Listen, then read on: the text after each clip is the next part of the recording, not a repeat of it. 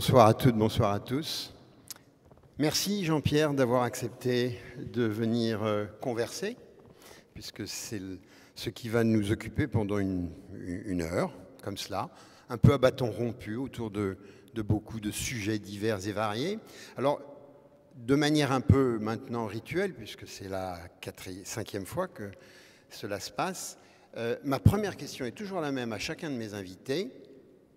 Quel souvenir le plus ancien as-tu de ce lieu?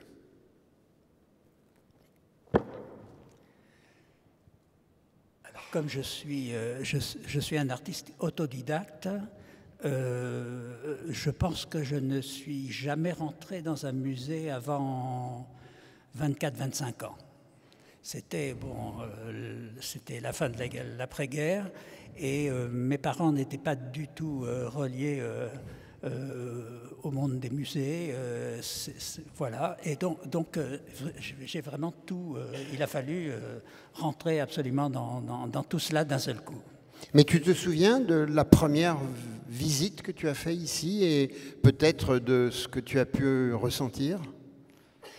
Non, pas spécialement? Si je veux être très honnête, je ne me souviens de rien, ni d'ici, mais ni d'ailleurs non plus. Donc ça n'a rien à voir avec le lieu, hein, je vous rassure tout de suite. Hein. Voilà. Mais alors, en revanche, à l'instant, quand on est entrés ensemble dans ce cénacle, tu m'as fait une remarque immédiate qui était intéressante par rapport à l'échelle de ces décorations, de ces grandes décorations. Qui te frappait? Bien sûr, je suis venu quand même, j'ai vu les nymphéas de Monet depuis quand même les années 50. Hein, on l'imagine. Que vous soyez quand même rassurés. Mais oui, là, en arrivant, la première chose qui m'a frappé, c'est que dans le fond, on n'était pas d'abord dans un musée, on était dans un lieu assez intime parce que l'échelle, la hauteur des œuvres est assez en proportion avec notre taille et je pouvais imaginer que dans un très beau salon d'un particulier ou d'une personne de goût, on puisse vivre tout simplement, chacun de nous, dans un espace comme celui-ci. Ce qui n'est pas fréquent parce que quand on est dans un musée aux États-Unis, au Japon ou ailleurs, on se trouve confronté à un Pollock de 3 mètres, à un de Kooning de 4 mètres, et on est dans des échelles qui, évidemment, nous parlent de l'histoire de l'art. Ici, on sent que cette intimité, évidemment, c'est très complice avec son projet. On en reparlera sans doute. On en reparlera, mais on va d'ailleurs peut-être, en quelque sorte, tout de suite en parler, parce que c'est vrai que depuis le temps que nous nous connaissons, et ça fait une trentaine d'années à peu près, en ce qui me concerne en tout cas, ce qui m'avait immédiatement frappé, c'était la sorte d'analogie que j'avais établie entre cette maison que tu avais construite à la Salle Saint-Cloud, c'est-à-dire un espace artistique et un espace de vie aussi en même temps, et qui était un projet réno, c'est-à-dire voilà, c'était ton projet. Or, comme on en reparlait tout à l'heure à l'instant, Monet lui-même, quand il réalise ces grandes décorations, il met en place un projet totalement personnel. Je le rappelle chaque fois parce que je crois qu'il faut vraiment le dire, ce n'est pas une commande de l'État, c'est lui qui va donner à l'État pour, en quelque sorte, célébrer la victoire de son ami Clémenceau. Cette analogie entre ton aventure et celle de Monet, ce sont évidemment ça n'est qu'une analogie formelle, bien sûr. Ton histoire, toi, elle est très puissante, elle est très forte, et je voudrais la placer dans ce début de conversation en signalant l'existence de ce petit livre. Je n'ai pas amené le grand, parce qu'en fait, c'est un ouvrage que Jean-Pierre Reynaud a publié l'an dernier, qui existe en 2 formats. Alors l'autre, il était beaucoup trop gros pour me trimballer avec. Et il y a une édition de poche qui est merveilleuse, parce qu'en fait, ça reprend complètement le grand format. Et si je l'ai apporté avec moi, c'est parce que c'est un ouvrage très singulier, que Jean-Pierre Reynaud a complètement conçu à titre privé. Ce n'est pas une commande d'un éditeur. Il n'y a pas d'autre auteur que lui-même.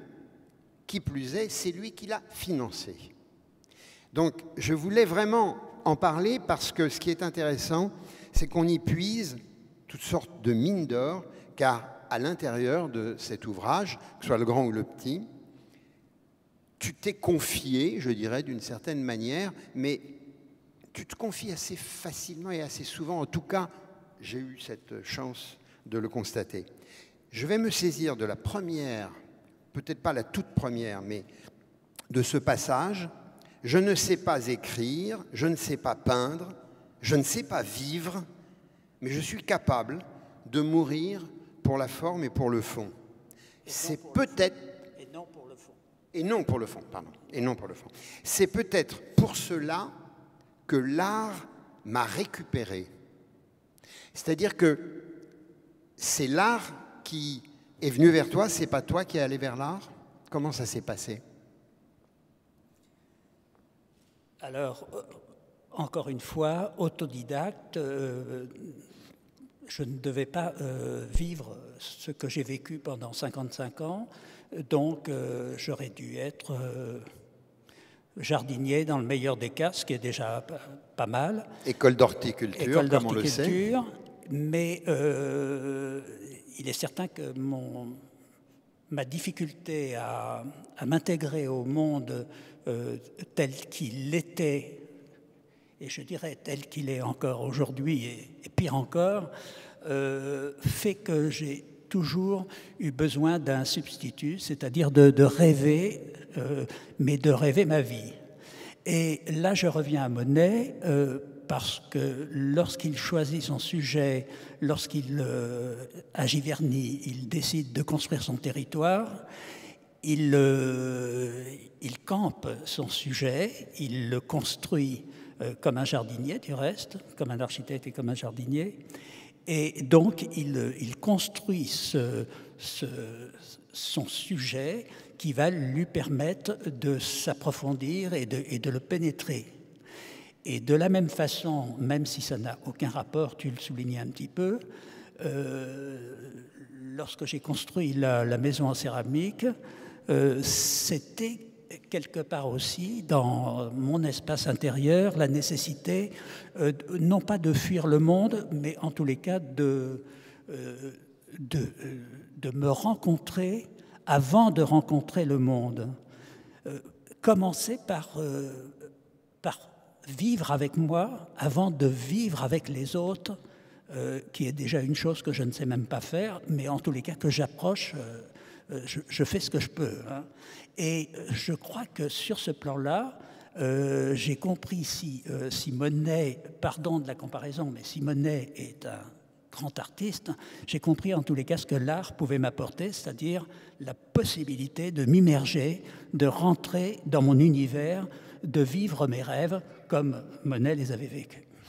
Alors, toujours à l'appui de cet ouvrage qui pour moi est vraiment très très très important par rapport à tout le travail que tu as fait au fil de 55 et quelques plus d'années, c'est vrai que ce sont des gestes pour moi. J'ai toujours pensé que finalement tu œuvrais par geste.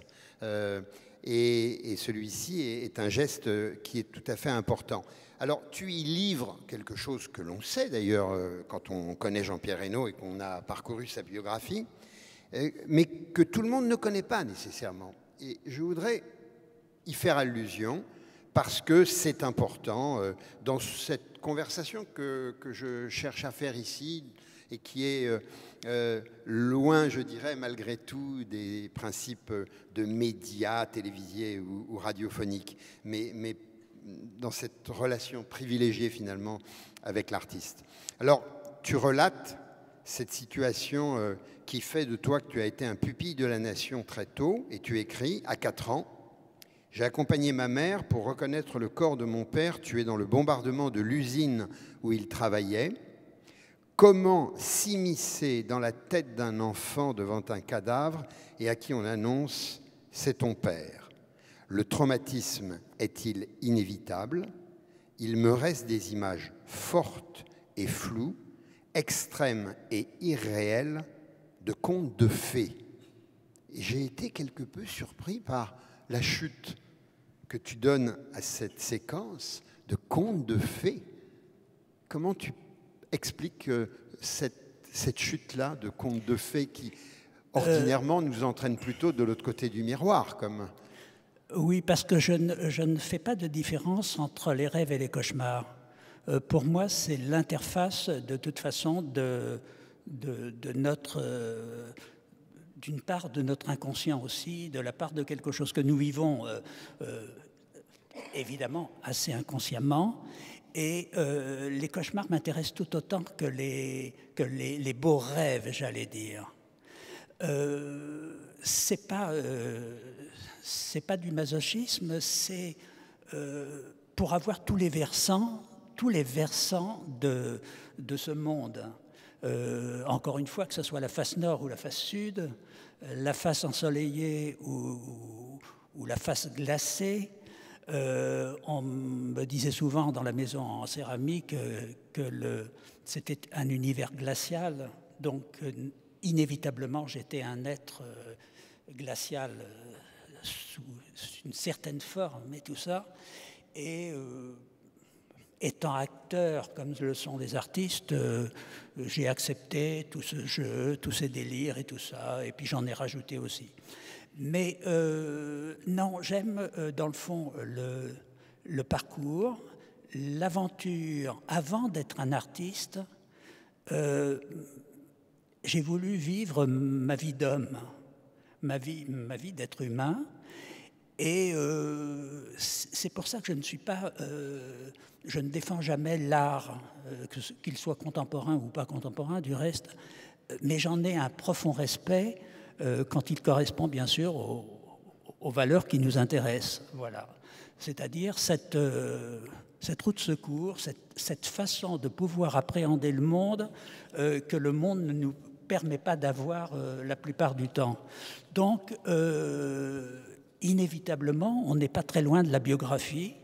Et si j'ai exprimé souvent dans mes catalogues ou dans des bouquins, si j'ai expliqué d'où je venais, ça n'est pas que mon parcours était plus dramatique que les autres, c'est simplement que je me suis mis à rêver ce parcours qui est fait, comme le parcours de chacun de nous, de rêves et de cauchemars. Le meilleur, le pire. Et j'aime ce balancement. Comme j'ai la chance ou la malchance d'avoir une vie relativement longue, je sens que ce n'est pas fini. Sur ce plan-là, le terrain est très fertile et il y a encore beaucoup de choses à découvrir. Mais alors, tu parles effectivement de rêves et de cauchemars. Il y a une image au début de ta démarche, au début de ta carrière, comme on utilise ce mot un petit peu brutalement, qui est très importante, c'est cette image d'un malade mental que tu as employé, parce qu'il représentait à tes yeux, tu le dis, l'archétype de la souffrance humaine. Et dans cet ouvrage, toujours, tu dis que... sans doute vers les années 70, début des années 70, quand tu t'es retrouvé dans cette maison en carrelage, le corps nu, je te cite, je ne pouvais éviter de m'identifier à cette image douloureuse et seul l'art avait alors la vertu de transcender ce choc. Donc l'art, est-ce que finalement, c'est une thérapie? Est-ce que c'est un exorcisme? Comment tu l'as envisagé? Si on demandait à tous les artistes,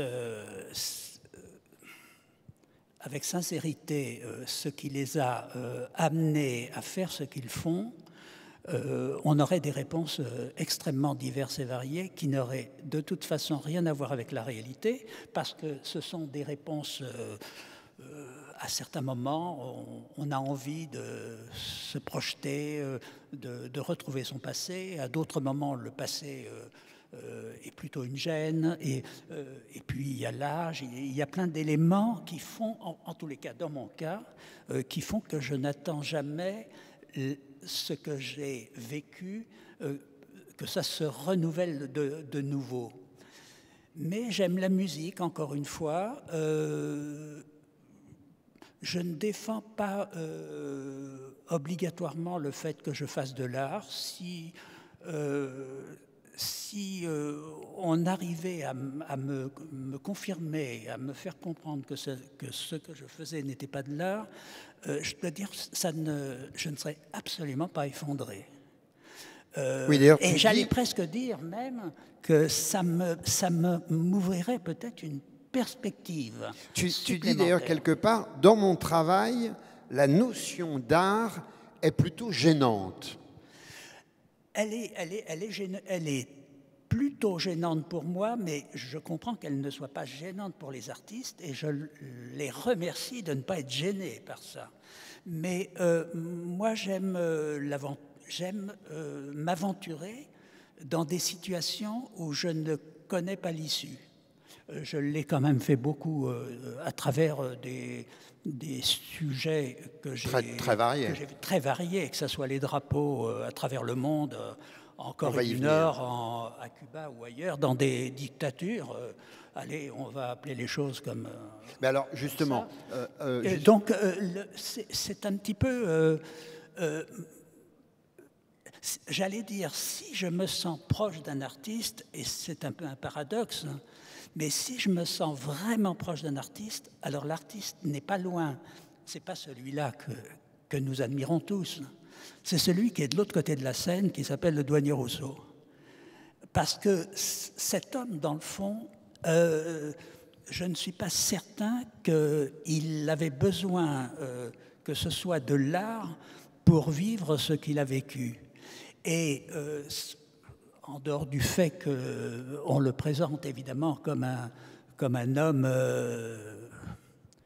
pseudo-innocent, ce que je ne crois pas du tout, mais qui a une fraîcheur incontestable de regard et de poétique, le fait qu'il n'ait pu nous apporter cet imaginaire sans voyager, je veux dire, vraiment faire sortir de lui, faire jaillir de lui ces choses, comme Monet, du reste, a fait jaillir de son jardin les nymphéas. Eh bien, c'est une façon de reconstruire aussi le monde, et c'est cela, non seulement qui m'intéresse, mais à laquelle je ne peux pas échapper. Je ne vous dirai pas que ça rend heureux, mais en tous les cas, il s'agit de trouver sa place. Quand tu dis « je ne vous dirai pas que ça rend heureux », ça veut dire que ça rend potentiellement malheureux. Non, ça rend le parcours chaotique. C'est-à-dire que être artiste, c'est plutôt quelque chose d'héroïque, en quelque sorte. Je l'ai vu quand j'étais plus jeune et on passait des soirées enfiévrées avec Jean Tinguely, Niki de Saint-Phal et bien d'autres. On refaisait le monde, on était les héros d'un certain endroit, comme Jacques a bien connu cette époque, évidemment. C'est une époque où, dans le fond, pas seulement parce qu'on était jeune, mais parce que l'époque s'y prêtait, on pouvait se projeter. L'époque ne s'y prête plus? Non, je pense qu'aujourd'hui, il y a d'autres choses à découvrir. C'est-à-dire que l'être humain n'a pas changé, évidemment, mais je veux dire que l'environnement ayant changé, je pense que le poisson d'eau chaude mis dans un bassin d'eau tiède, il va falloir qu'il structure ses écailles et qu'il s'adapte. Il en a la mesure, il y arrivera. si l'eau est froide pour un poisson d'eau chaude, je ne garantis rien. Il y en a certains qui vont certainement perdre plus que des écailles. Alors, tu mettais l'accent effectivement sur le côté extrêmement varié de ton œuvre, de ta production. Et en effet, c'est une démarche, c'est une œuvre qui se décline à l'ordre notamment de la série. Point commun avec celui qui nous entoure d'ailleurs, puisque je crois bien avoir tout à fait compris qu'il en était la figure initiale. Alors, des sens interdits, des psycho-objets, des pots de fleurs, des pots de peinture, le carrelage, la maison, les drapeaux. Je me souviens aussi de la figure de ce crâne à la Biennale de Venise en 93, d'ailleurs qu'on peut revoir en ce moment à la galerie Pièces Uniques. Il y a toute une série de pièces. À quoi correspond dans ton parcours, dans ta démarche, à quoi correspond cette façon finalement d'éclatement, je dirais, iconique? Ce qui me faisait peur en t'écoutant, c'est que j'ai eu un petit moment d'angoisse parce que j'ai ressenti le fait que j'étais comme quelqu'un qui butine. Et j'avais l'impression d'être au BHV, au rayon du sous-sol, à la quincaillerie, et puis ensuite monter à l'ameublement, de ne pas savoir très bien pourquoi je suis là.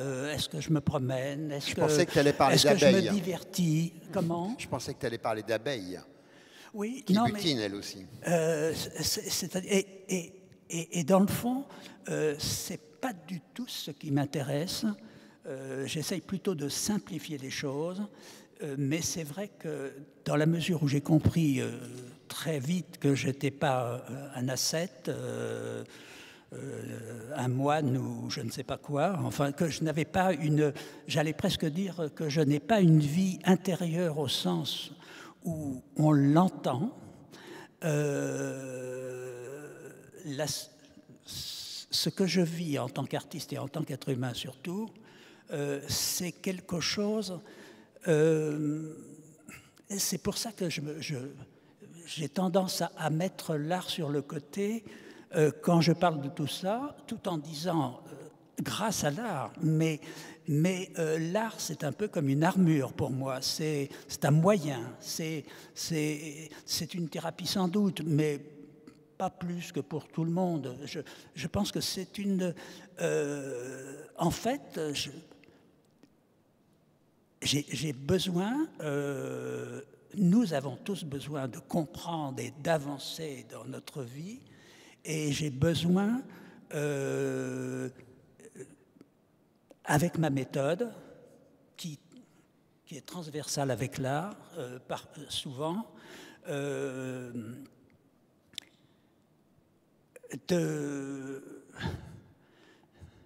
est-ce que c'est de comprendre? Est-ce que c'est de vivre? En tous les cas, c'est d'être à l'endroit où je dois me trouver à ce moment-là et de réagir et d'avoir une attitude qui est immédiate. Ce qui fait qu'effectivement, on peut avoir l'impression que j'ai touché à tout, que je me suis occupé. J'ai fait des vitraux pour une abbaye cistercienne, j'ai fait un grand projet d'architecture en haut de l'Arche de la Défense. Au Canada ou au Japon. Tu as fait une volière? Oui, non, mais en plus, je me suis exprimé. J'ai eu la chance d'avoir des personnes qui m'ont donné la possibilité. Donc, vous n'avez pas en face de vous un artiste frustré. Et étrangement, je suis en manque. Je suis en manque parce que, dans le fond, les questions qui m'intéressent sont les éternelles questions que nous nous posons tous, le temps qui passe, le rayon de soleil, tout en sachant que la beauté, c'est un luxe. Elle est là pour vous dire « regardez-moi une fois et puis je disparais ». Donc tout est comme ça. J'ai une vision pas défaitiste, mais quand même une certaine mélancolie quand même vis-à-vis du temps. Et ça n'est pas... Alors, quand on est vivant, soit on passe à l'acte, ou on est contemplatif. Je ne suis pas contemplatif. Moi qui est pourtant qui est apparu comme une sorte d'ermite, de cistercien pour l'occasion. Non, je suis quelqu'un qui a besoin d'être avec lui pour vous rencontrer. Mais c'est vrai que je ne peux pas être avec vous. Cette idée de la rencontre de l'autre, effectivement, c'est quelque chose qui est très important, il me semble, dans ton travail. On pourrait même peut-être le placer par rapport à une sorte de vecteur qui est celui de la communication. Alors, je le fais avec délicatesse parce que le mot de communication est devenu une espèce de tarte à la crème dans le verbiage sociétal d'aujourd'hui.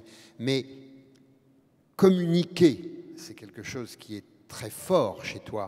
Et toutes les expériences que tu as faites, il me semble, toujours voulu les partager. Je pense par exemple à la maison, où tu l'as ouvert au public. Donc cette idée-là de la communication, c'est peut-être l'un des fils qui justifie ton parcours, ou qui l'explique. Oui, c'est un peu le paradoxe, parce que je n'ai besoin de personne, et, pardon, hein, je suis un petit peu violent, mais certains amis me connaissent, c'est pas de la provocation. Je n'ai besoin de personne, mais j'ai besoin de tout le monde, bien entendu. Mais c'est les extrêmes qui m'intéressent. Au milieu, je n'ai pas de capacité, je ne peux rien faire. Donc, quand on est partagé entre ce désir d'aller jusqu'au bout de soi-même, un petit peu comme peut-être comme un sportif de haut niveau qui se dit je ne peux pas sauter plus haut, j'ai atteint ma limite. Il est vrai qu'avec la pensée artistique, on n'a pas cette limite de cette façon-là. En tous les cas, on est censé transgresser, avoir un autre type de navigation. Et c'est peut-être pour ça que l'art, évidemment, m'a beaucoup intéressé, parce que c'est un champ quand même illimité pour se retrouver plus seul que seul. On est seul pour dans le fond, pouvoir rencontrer les autres. C'est un paradoxe. Et vous voyez, moi, je n'ai même pas besoin des œuvres d'art pour vous parler comme ça, parce que le fait que vous soyez ici me suffit amplement. Je n'ai pas besoin d'avoir fait des pots de fleurs, des panneaux de signalisation et tout ça. C'est, dans le fond, si on reconnaît mes traces comme des traces artistiques, je crois que ça sera en plus. Alors, je n'ai pas dit que ça ne sert à rien, je dis tant mieux, dans le meilleur des si c'est utile, mais j'ai l'impression que j'aurais pu faire le même travail sans être artiste. Mais est-ce qu'il n'y a pas un paradoxe dans ce que tu viens de dire? Parce que je suis en train de penser... Il y a des paradoxes. Il y en a plein. Évidemment. Mais essaye alors de le décortiquer, parce que je suis en train de penser à cette œuvre qui se trouve à Beaubourg, qui est le Conteneur. Tout le monde n'est peut-être pas exactement au courant de cet objet qui est pourtant installé depuis déjà au moins une vingtaine d'années bientôt. Oui, 25 ans. 25 ans, qui est un container entièrement carrelé à l'intérieur et à l'extérieur. Non, à l'intérieur. Pas à l'intérieur uniquement. Et donc, dans lequel tu disposes un objet, on va dire tout simplement, à ta guise. Tu m'avais expliqué, je crois bien, que vous aviez, avec le Centre Pompidou, signé une convention comme quoi tu étais le seul gestionnaire de ce lieu. Et je disais que finalement, tu disais il n'y a pas besoin d'œuvre. Ben oui, mais il y a pourtant cette œuvre-là, à Beaubourg, que tu entretiens régulièrement. D'ailleurs, je ne sais pas actuellement ce qu'il y a dedans. Je ne suis pas passé récemment à Beaubourg. Alors peut-être ma première question, c'est qu'est-ce qu'il y a actuellement dans le conteneur? Alors, comme le conteneur est pour moi une sorte de boîte à lettres.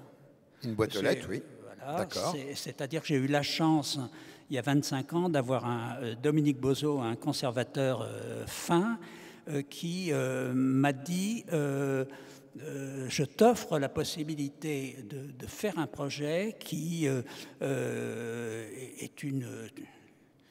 Tu nous le proposeras, on verra si on peut l'assumer et tout ça. Et j'ai spontanément, à ce moment-là, pensé que dans la logique de l'enfermement qui est la mienne, c'est-à-dire encore une fois, de retrouver mon espace vital, comme si dans le fond j'étais toujours assiégé, de construire de mettre un conteneur comme tous les conteneurs, et par contre de le tapisser d'un espace intérieur, de mon espace intérieur. Ça correspondait du reste à ce que je vivais à ce moment-là avec la maison. Et cet espace intérieur a des portes, et donc on peut refermer les portes, donc on peut éviter mon espace intérieur, comme chacun de nous a un espace intérieur et une apparence extérieure. Donc cette notion un peu de rétable même, comme au Moyen-Âge, enfin, absolument, cette façon de protéger, je ne dirais pas le secret, mais de protéger une part d'être, m'apparaît toujours aussi novatrice aujourd'hui, parce que je pense qu'il n'y a pas d'évolution dans cette direction-là. On est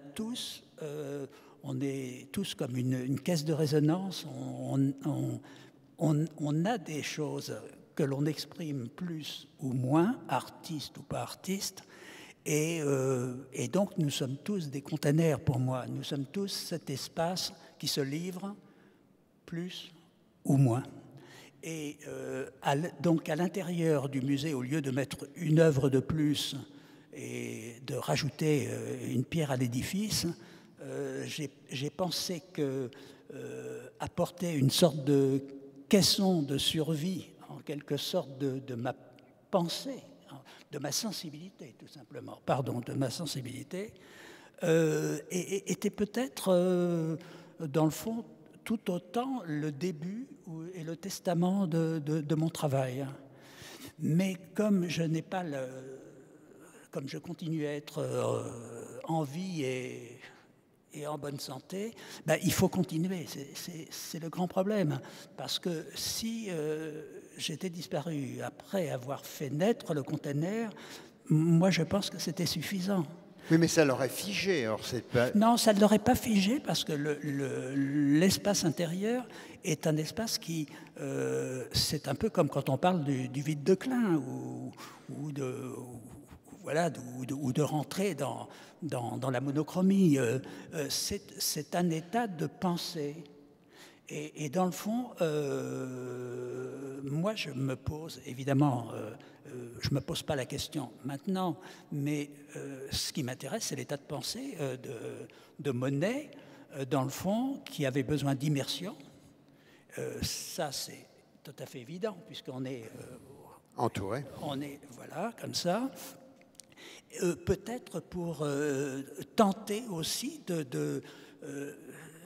non pas d'enfermer, mais de retenir en quelque sorte, et surtout qu'il n'y ait pas de dispersion, pour qu'il y ait un peu comme, je ne sais pas, comme image, comme un cosmonaute qui part pour la planète Mars et qui est...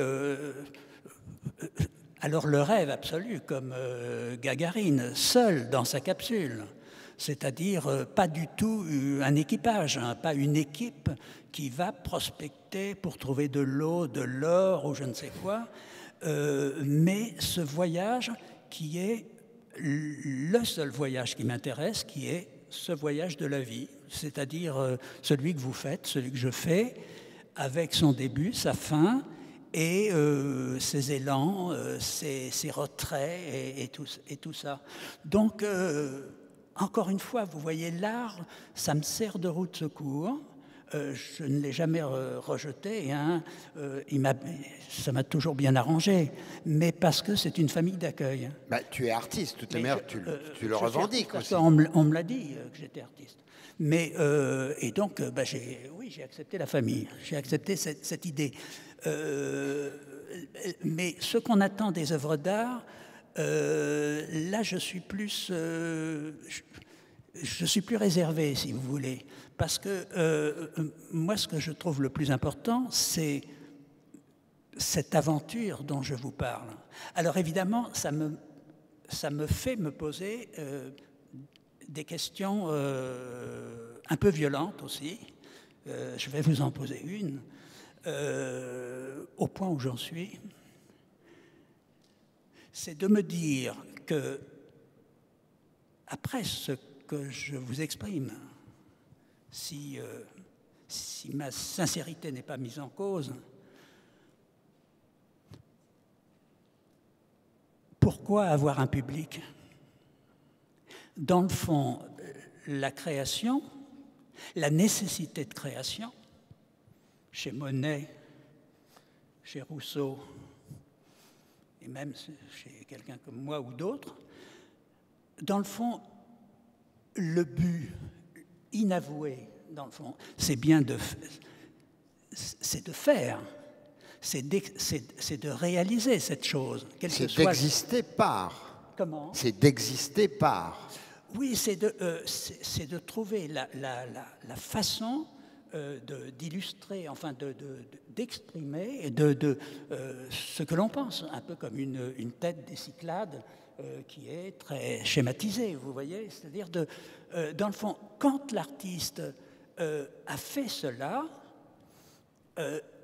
je sais bien que sa vanité, l'économie, le succès, le public, etc., font que ça devient des objets nomades, les œuvres d'art.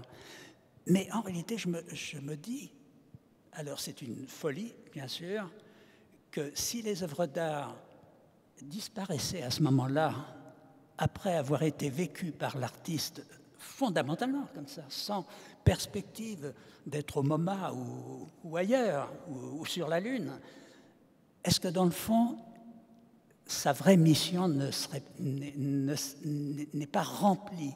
Est-ce que dans le fond, son aventure n'est pas celle-là? Alors, évidemment, les personnes qui aiment mon travail, m'entendant dire des choses comme ça, peuvent être effondrées en disant « mais de quoi il se mêle hein ?» Je veux dire, faire les choses, c'est son rôle. Mais à la limite, même les œuvres ne vous appartiennent plus après. Vous voyez, elles sont toujours. Alors, moi, je ne sais pas ce que vous vivez d'une autre expérience, de l'expérience de quelqu'un d'autre. En même temps, j'ai possédé des œuvres d'artistes. Donc, ça veut dire que j'ai eu la curiosité, j'ai eu le désir d'aller vers eux, de me nourrir aussi de leur expérience et tout ça. Donc, je comprends très bien l'ambiguïté de ce désir d'être encore plus près des œuvres et tout ça, pas simplement de la sienne, de rencontrer les autres et tout ça. Mais la création au sens... excusez-moi, je suis un peu enrhumé, hein, c'est pour ça. Mais la création, l'impulsion, le geste fondamental, alors est-ce que c'est mon âge qui me pousse dans cette direction-là? Je me dis, l'art sans public, je n'ai pas dit l'art sans succès, je n'ai pas dit l'art sans reconnaissance, je dis l'art sans public, est-ce que c'est pas de l'art tout court? Est-ce que dans le fond, l'absolu de l'art, alors, dans est-ce que ces c'est cas-là. pas l'absolu de l'art? Voilà. Est-ce qu'il faut le regard? Est-ce que dans le fond, il faut le regard? Oui, mais est-ce que l'absolu de l'art est suffisant pour l'artiste? Le mot est déjà peut-être de trop. Si le public est de trop, le mot est de trop aussi, à la limite. En tous les cas, son vécu devrait être suffisant comme, j'allais presque dire, épanouissement de son projet, en quelque sorte. Ou est-ce que ça n'est pas possible? C'est quoi le projet de Jean-Pierre Reynaud? Non, mais c'est le projet de tout être humain, c'est-à-dire que quand on est seul, sauf si on a une vocation à être seul, mais il y a quelque chose de sec. Si on est avec les autres, ça peut être sublime, mais ça peut être une compromission permanente aussi. Donc, pour moi, il n'y a pas le bon et le mauvais côté. C'est pas parce qu'on est avec quelqu'un qu'on est avec les autres, vous le savez bien. Parfois, on est plus avec les autres quand on ne les voit pas. Et à d'autres moments, le courant se fait d'une certaine... Non, c'est un peu métaphysique, mais je ne peux pas éviter, si vous voulez, ce rapport aux œuvres d'art. Pour moi, c'est pas simplement une posture, c'est en tous les cas ce qui... c'est un peu mon testament oral. Ce rapport à l'œuvre d'art, tu l'as expérimenté un nombre très important de fois dans des expositions de groupe, notamment où tu te trouves en dialogue avec d'autres artistes. Et je voudrais... En excitation avec les autres, en compétition avec les autres, dans une sorte de frénésie. Absolument. Bien sûr, et je voudrais me saisir d'un passage qui est extrait toujours de cet ouvrage et qui va me permettre de t'entraîner un petit peu du côté de quelqu'un. Je voudrais savoir si c'est un modèle, si c'est une référence. En fait, je voudrais que tu nous en dises un peu plus sur le caractère peut-être d'exemplarité, je ne sais pas, de cet artiste. Je te lis. Entre un papier découpé de Matisse et un carrelage de Reynaud, même combat. L'un versant sud, l'autre versant nord. Il est probable que le choix consensuel serait Matisse, le chaud plutôt que le froid. Alors, tu le disais tout à l'heure, tu as parlé déjà du côté sud et du côté nord. En quelque sorte, je m'interrogeais, est-ce que ça veut dire Matisse versant vie, Reynaud versant mort? Mais en même temps, cette fascination pour Matisse, je sais qu'elle est prégnante chez toi. Elle est prégnante. Elle est prégnante. Je vais raconter juste une anecdote, si tu veux bien me permettre, parce que je veux faire partager les moments privilégiés que j'ai eus. Lorsque, il y a 16 ans, je crois maintenant, je ne sais plus très bien la date, tu es devenu papa, que tu m'as appelé pour me dire qu'il était né, et tout de suite, évidemment, un peu basique et banal, je te demande comment tu l'appelles, comment tu le prénommes, et tu me réponds Matisse. Et moi, je te dis M-A-T-H-Y-S, et tu me réponds du tac au tac, ben non, M-A-T-I-2-S-E. Et donc, avoir donné à son fils le prénom de Matisse, c'est quand même très chargé de sens.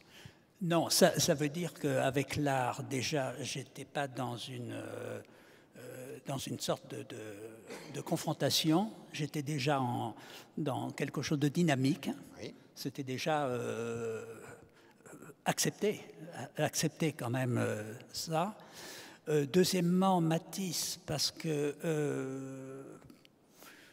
oui, il y a inévitablement quelque chose de solaire chez Matisse, surtout dans les papiers découpés, dans cette fin de vie quand même, qui est, bon, de l'admiration. Moi, je vous dis, le douanier Rousseau, Monet, Matisse, ça n'en finit pas. Il faut mettre Picasso, il faut mettre Malevich, et la liste est longue. Oui, mais Matisse est quand même, me semble-t-il... Non, mais c'est-à-dire que... Quand, dominant. Non, mais Philippe, comme tu disais tout à l'heure en disant Matisse la vie, Reynaud la mort. Non, je crois que pour moi, c'est pas que c'est réducteur, c'est que c'est pas ça. la vie, enfin, je ne peux pas parler de la mort puisque je ne la connais pas comme vous, mais et la vie, j'en parle comme vous, sans savoir très bien ce que c'est, mais en le vivant. Non, Matisse a vécu sa vie d'être humain, il a vécu sa vie et sa mort. Et il n'a pas vécu simplement sa mort parce qu'il est mort. Il a vécu sa mort parce que quand on est vivant, on vit sa mort. Je veux dire que c'est... voilà, on en fait des pages ou on n'en fait rien, mais en tous les cas, on vit ce temps qui passe. Donc moi, quand je disais Matisse, versant sud, Reynaud, versant nord, je voulais simplement dire que...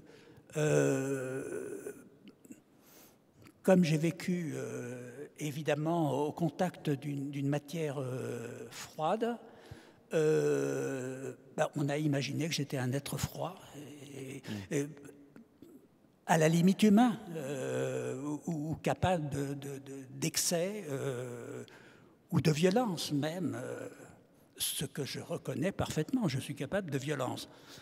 Les premières violences, d'abord, c'est avec moi, ça se passe avec moi. C'est-à-dire, c'est pas contre quelqu'un d'autre. Et c'est le propre des œuvres d'art. C'est que la violence en art est quelque chose, je trouve, d'époustouflant. La violence dans le monde est intolérable. La violence de l'être dans son projet avec lui, je dis bien avec lui, pas dans un projet consensuel de société ou de choses. Et c'est là où l'œuvre d'art nous apparaît toujours innocente, en tous les cas, qu'il n'y a pas d'ambiguïté sur une œuvre d'art. Jamais on a suspecté une œuvre d'art d'avoir des arrière-pensées douteuses, parce que l'œuvre a on a mis sur l'œuvre je crois, la meilleure part qui est effectivement cette chose que l'être humain est capable de mettre sans qu'il y ait la moindre ambiguïté. C'est quelque chose de tellement intime, c'est du non-dit, c'est en même temps exprimé, c'est assumé, et quand évidemment le talent est au rendez-vous, alors là, n'en parlons pas, on est ébloui et évidemment on est nourri au passage. Donc, c'est pour ça que je suis toujours dans des situations de paradoxe, parce que quand je dis mon rôle, c'est de faire les œuvres, mais pour moi, ça devrait s'arrêter là. C'est de les faire et qu'elles ne rentrent pas dans un système, j'allais dire, commercial, de reconnaissance ou de choses comme ça. C'est pour cette raison que tu as pris cette décision.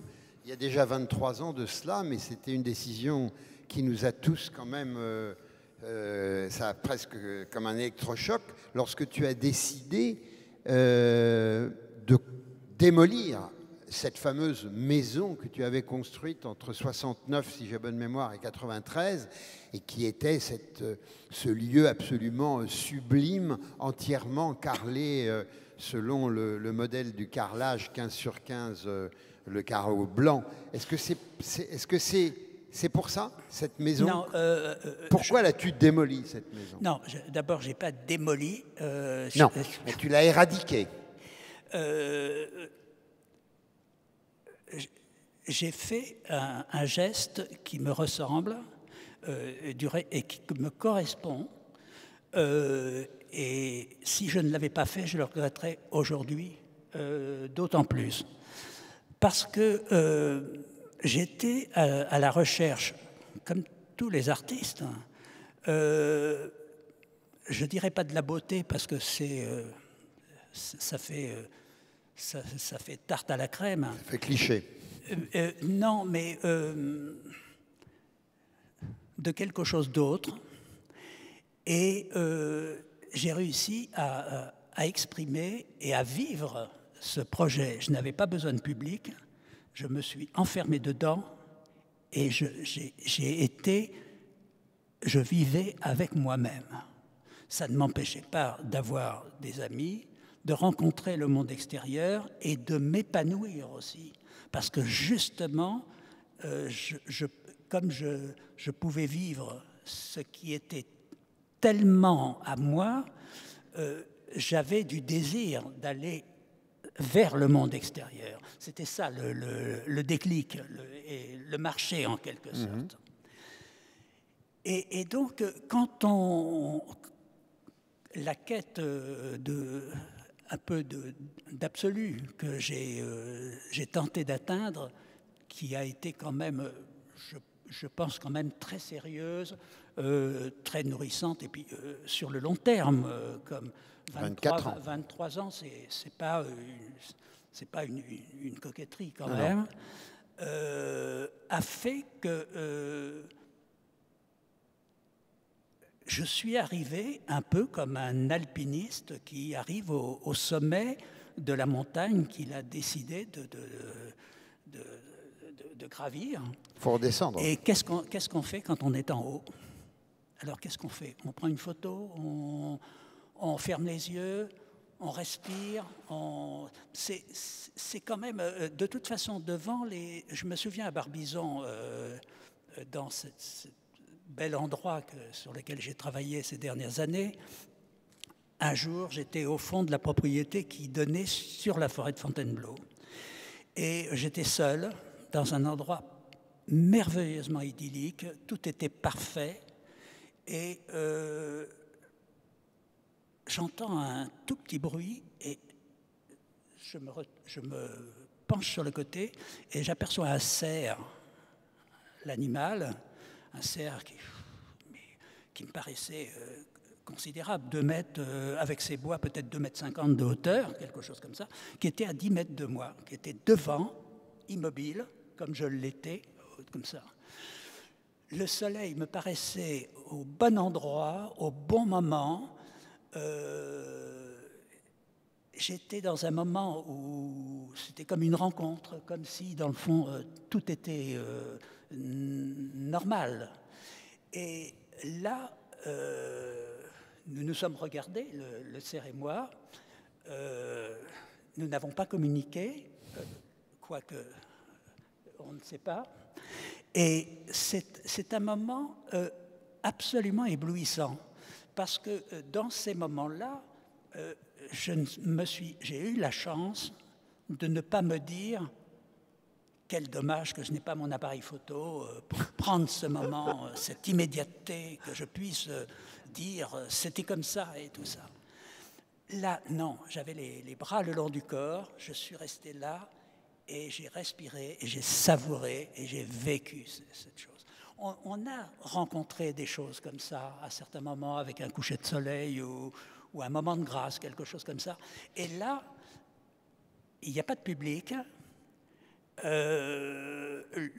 Ce qui compte, c'est de le vivre, et ça ne se compte pas en temps, on s'immerge, on est à sa place, ce qui est en face est à sa place aussi, on ne sait plus qui apporte à l'autre, certainement que l'échange est mutuel, et ça, je dois dire que c'est peut-être ça que j'attends de l'art. Vous voyez, ces moments que la société, pour moi, n'est pas capable de nous apporter par son organisation, par son raisonnement, par sa structuration, par le fait que, comme dans un match de foot, tout le monde applaudit au même moment, parce qu'il y a des raisons, bien sûr. Donc, ce n'est pas collectif. Je crois que vous avez compris, je ne suis pas quelqu'un de collectif, mais quelqu'un très à l'écoute, très intéressé par chacun de vous, parce que vous êtes des êtres vivants et que je regarde comment vous faites pour vivre, comment vous arrivez à trouver des ressources, et chacun de nous agit avec ses ressources personnelles. Donc c'est ça qui m'intéresse, encore une fois, avec l'art et La maison de la Selle Saint-Cloud, tu viens de parler de celle de Barbizon. C'est vrai que tu as une histoire avec les maisons qui m'a toujours beaucoup alerté. Il y a un endroit dont je voudrais que tu nous dises quelques mots, parce qu'il y a une autre maison, je l'appelle comme ça, qui, en fait, toi, tu l'appelles le Mastaba, qui est à la Garenne-Colombes, qui est en fait un autre moment de ton histoire où, à nouveau, tu as entrepris de créer ton espace, ton lieu, sur un mode là particulièrement singulier, puisque c'est dans une rue assez banale, je crois, on peut le dire, de la Garenne, où tu as pu acheter un terrain entre deux maisons qui doivent être des maisons du début du siècle, du XXe bien sûr. Et puis là, toi, tu as creusé dans le sol un espace d'habitation que tu as occupé pendant un certain moment de ton existence. Et celui-là, en revanche, tu n'as pas, en quelque sorte, fait qu'il disparaisse, puisque il est devenu un lieu public, même s'il n'est pas ouvert tous les jours, que la ville de Garenne-Colombes, si j'ai bien entendu les choses, je ne suis pas retourné depuis qu'il était la propriété uniquement de Jean-Pierre Reynaud, donc que la ville de la Garenne a racheté pour en faire en quelque sorte, on va dire, un lieu d'étude du travail de Jean-Pierre Reynaud.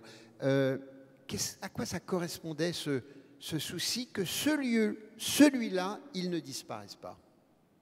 Puisque Barbizon, c'est fini. Je ne me souviens plus comment ça s'appelait entre les deux. Bougival.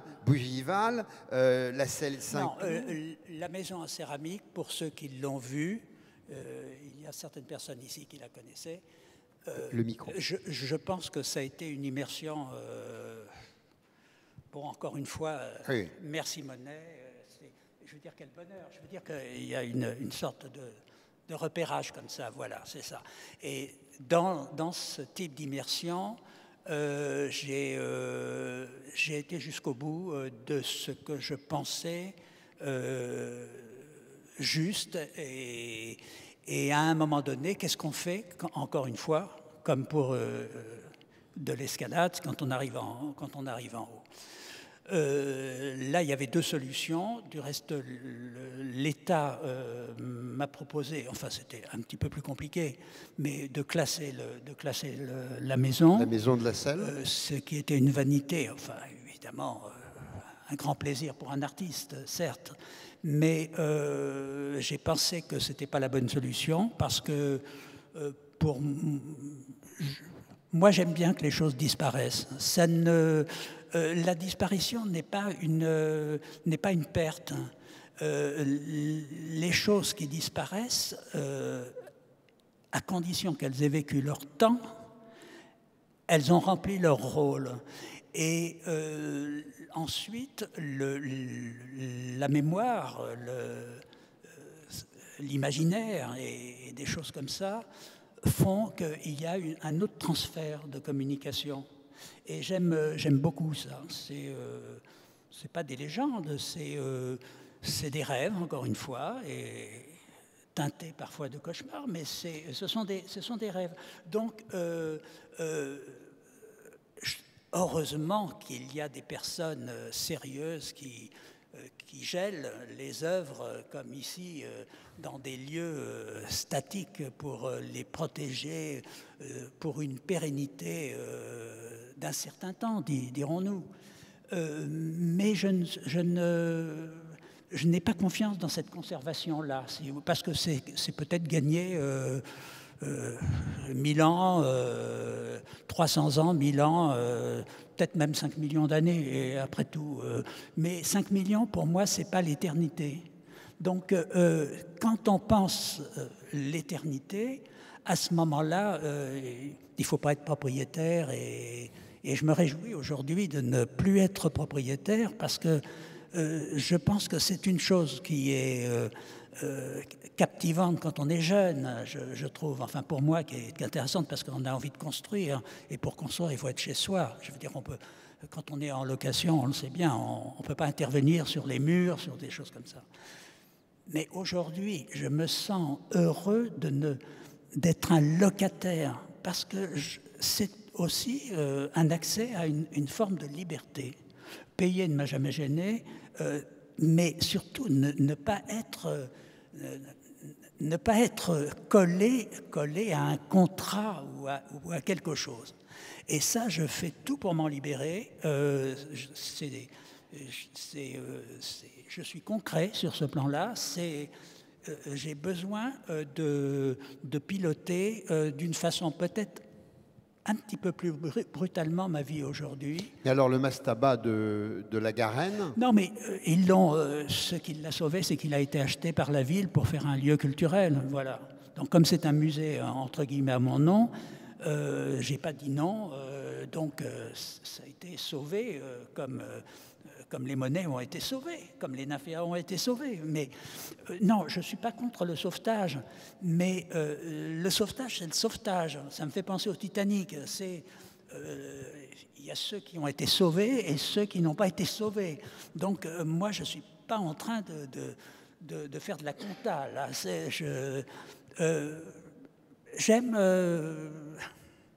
J'aime l'évaporation, mais à condition d'avoir fait la chose.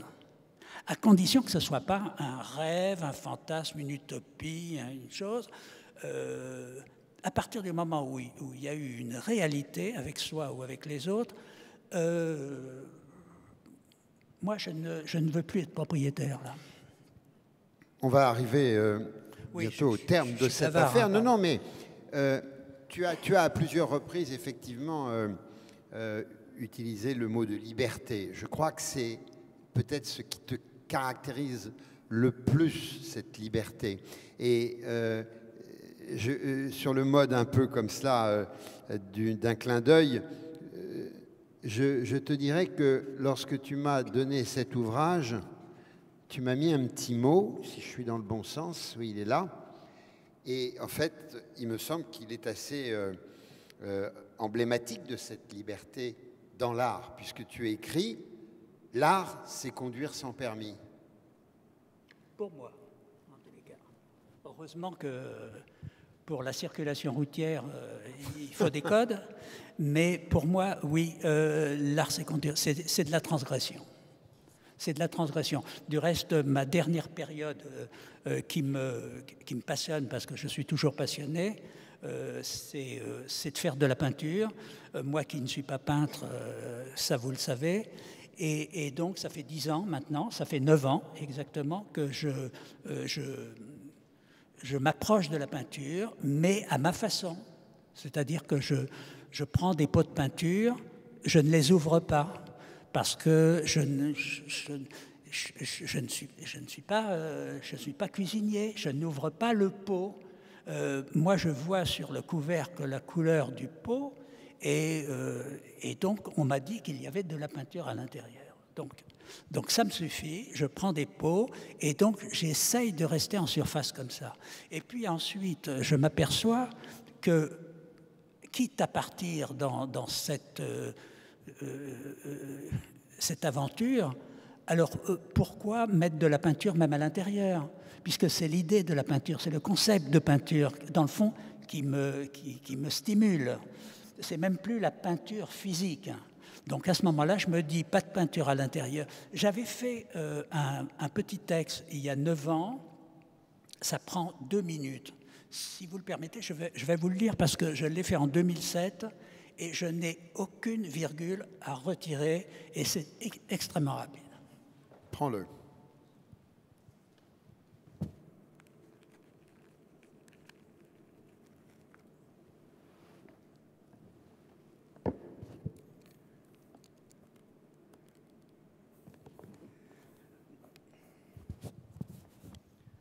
Nous sommes en 2007. C'était pour une exposition que j'avais faite chez Patrice Rigano à Paris. Ma première exposition, peinture. Et je disais, je voudrais disparaître au moment où je commence un projet. C'est l'instant parfait. Le concept, aussi simple soit-il, doit être réalisé à chaud comme une opération chirurgicale. Il est fragile, tout et rien à la fois, aucun remords n'est possible, et j'aime cela. Son premier degré ne m'a jamais fait peur, car c'est dans cette méthode que je me sens fort. Chez moi, il n'y a pas de style, il n'y a qu'une méthode. La méthode Reynaud, c'est prendre le risque de se trouver avec moins que moins. Aujourd'hui, avec le projet peinture, nous sommes en 2007, j'ai l'audace de penser que je fais quelque chose d'important. Le mot peinture est une œuvre en soi, je le revendique en tant qu'œuvre. Ici, l'idée de peinture m'apparaît plus forte que la peinture elle-même. Je passe avant que celle-ci ne devienne de l'art, avant qu'elle ne devienne un chef-d'œuvre. Je dépasse la peinture. Pour moi, la peinture, c'était un fantasme. C'était aussi la noblesse de l'art. Je pose la peinture avant la peinture. C'est une fraîcheur du regard que j'ai. Je peux oser faire cela. Je suis innocent. Manzoni avait besoin de dire qu'il y avait de la merde d'artiste dans ses boîtes. Dans mon cas, je n'ai pas besoin qu'il y ait de la peinture dans les pots pour que cela soit de la peinture. Ici, le concept à sa place, l'objet à sa place, la peinture à sa place et l'artiste à sa place. Matisse l'a fait avec des ciseaux, Pollock avec un bâton, Klein avec un rouleau. C'est toujours la transgression qui donne un autre regard. Il faut comprendre que c'est le mot liberté qui est mon projet et qu'il n'y a aucun confort dans mes œuvres, ni pour moi, ni pour vous. Je peux fermer les yeux et regarder la peinture. Eh bien, je crois que tout est dit. Et il s'agit de te remercier vraiment vivement d'être prêté à cette conversation. On va simplement se tourner vers le public pour savoir s'il y a quelques questions dans la salle. C'est à vous. On va vous apporter un micro.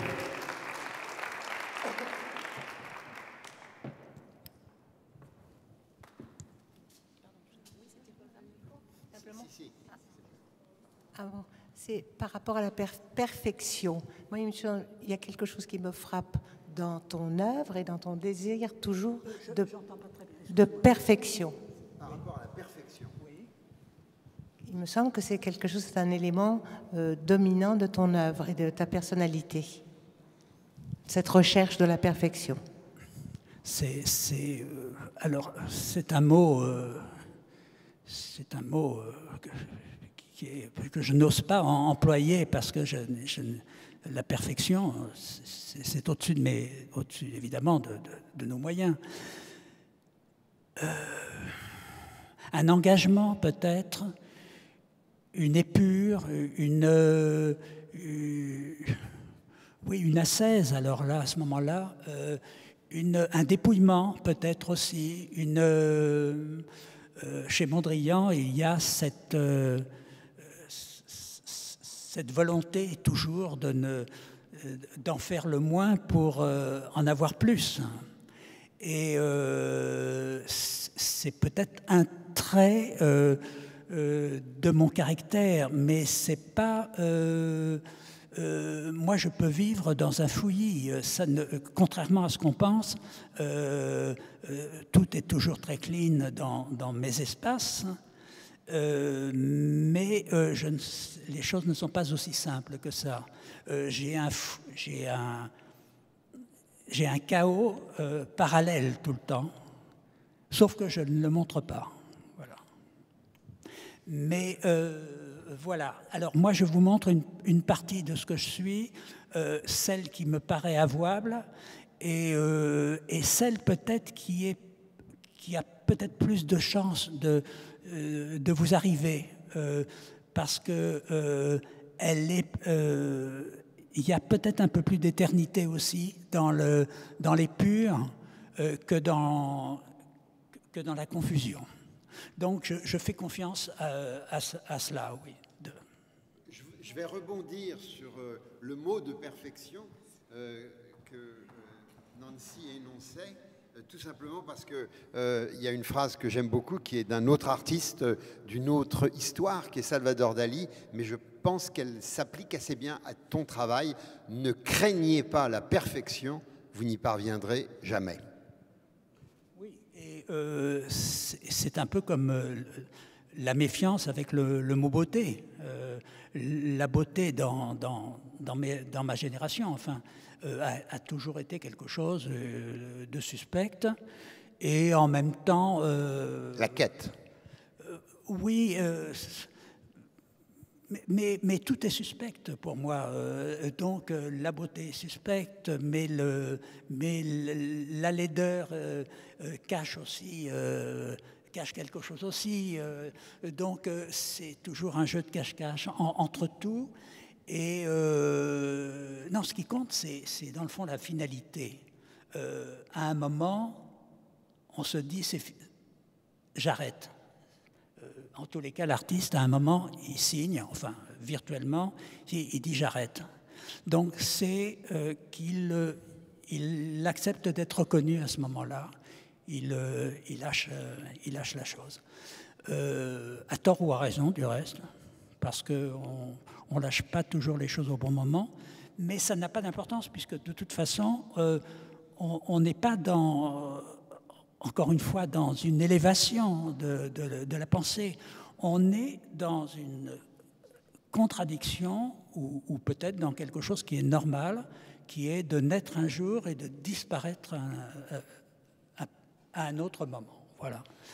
Et entre les deux, ce temps nous interroge et nous fait faire des œuvres, nous donne de l'ivresse, nous rend fous, enfin, on le voit avec le développement du monde. Je veux dire, on a une démonstration permanente tous les jours des méthodes de chacun pour traverser ce temps entre le début et la fin. Mais quand je dis la fin de cette histoire, la fin de ce temps. Donc ce n'est pas une histoire, ce n'est pas la mort. Du reste, pour moi, la naissance est aussi suspecte que la fin. Je veux dire, je ne suis pas plus intéressé par la naissance que par la fin. Je suis intéressé par la globalité, par la synthèse des deux. Qu'est-ce qu'on fait au milieu? Et voilà, il se trouve qu'aujourd'hui, vous êtes là, moi je suis là, c'est peut-être une réponse. Et on va appliquer en disant, c'est fini. Et oui. Je voudrais pas être un artiste aujourd'hui. Je voudrais pouvoir vous avoir dit ce que j'ai dit sans avoir le statut d'artiste. Ça m'intéresserait.